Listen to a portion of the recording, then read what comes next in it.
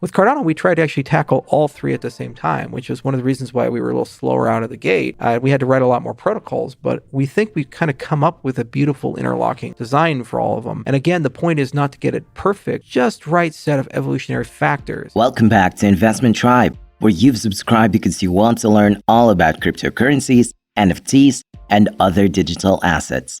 Don't forget to leave us a thumbs up and enable the notifications so you'll be alerted whenever we post a new video. And if you have any questions or recommendations, please share them in the comment section below.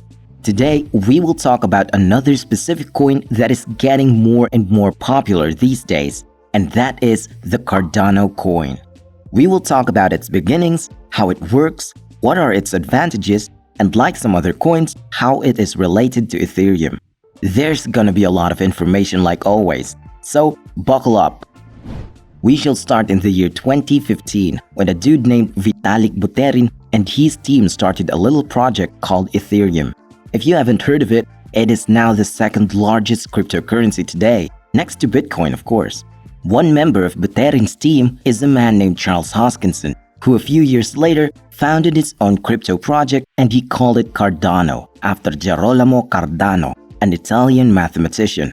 So if you know some other crypto coins' humble history, one major reason why developers start their own crypto is that they found a few flaws to existing ones, and they decide to make one correcting those problems. And it's the same case with Cardano. Hoskinson saw three major problems the cryptocurrencies would suffer eventually: scalability, interoperability, and sustainability. The first one is scalability. Bitcoin and Ethereum users can relate to this one. The former can only handle 5 to 7 transactions a second, while the latter only handles 30 at most. And Hoskinson thought that the speed should go up linearly as more people use the system. So the first thing that he did was to have the Cardano a proof-of-stake method, which is much faster than Bitcoin's proof of work. If you are not familiar with proof of stake, we already made a video talking about this in full detail and its difference from proof of work, so click the link on the description below. Proof of stake is also used by Ethereum, though so he needed to add more innovations to make Cardano faster. So the Cardano team introduced what are called epochs that basically divide the validators for certain blocks. And this division helps in scaling the network. Divide and conquer, as they say. They call the system Ouroboros, which can be our topic for the next video. So let us know if you are interested in the comment section below. The next problem is interoperability. Let me explain this with a simple analogy.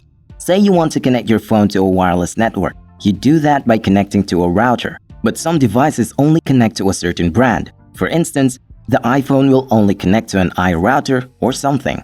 It would not be that practical, wouldn't it? Because you have to buy different routers for different devices. So Cardano avoids this by bridging the coin into their cryptocurrencies by using something called KMZ sidechains protocol. This is a complicated term, but it basically does the foreign currency exchange on the crypto world. Cardano developers know that there will be other cryptos out there, so they make them easily interoperable with each other. The third and last problem is sustainability. I'm not talking about environmental sustainability, although since Cardano uses proof of stake, it might as well be. I'm talking about how will Cardano keep its engine running for a long time. So it requires to be functioning continuously, making further improvements and maintaining healthy communities.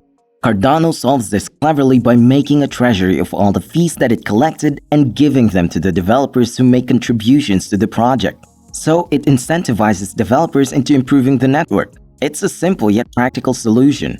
So it now makes sense why the network is named after a mathematician. A former mathematician himself, Hoskinson designed Cardano intending to solve big problems rationally and logically. There are even many research papers and peer reviews being done within the community. And I forgot to mention the coin of the Cardano blockchain is called ADA, which is named after the 19th century figure that is considered as being the world's first computer programmer, Ada Lovelace. Another thing that Cardano differs from Ethereum is that the former is for profit while the latter remains a non-profit. Accounts say that Hoskinson really wanted Ethereum to be for profit, but Buterin insisted it should be non-profit. So Hoskinson, alongside another former Ethereum developer, Jeremy Wood, started to plan this project that would help companies, governments, and other organizations. This project was called IOHK, or Input-Output Hong Kong. The first two words are in homage to the famous technological term, while the last two is for the place that it was incorporated. And IOHK's main design evolved into Cardano later on. These are several more differences between Cardano and Ethereum. Another one is that Cardano started out using proof of stake right away, but Ethereum started with proof of work and is just transitioned into the staking method. This means that Cardano started doing thousands of transactions immediately, whereas with Ethereum, they still have a transition period, and the outcome is that they are still lagging with all the new cryptocurrencies out there. Another important distinction that I'm going to point out is that Cardano, like Bitcoin, is deflationary, meaning ADA has a fixed amount, specifically 45 billion coins to be minted. Ethereum, on the other hand, mints more and more coins every year. So logically speaking, Cardano will be more valuable long-term because of this fixed amount. But that's just speculation, and I want to clarify that I'm not hyping this up, just stating the facts here.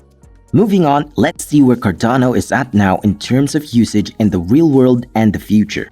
It actually started with an ICO, which is known for a lot of shady scams, but Cardano drifts apart from the others by continuously researching and testing different solutions.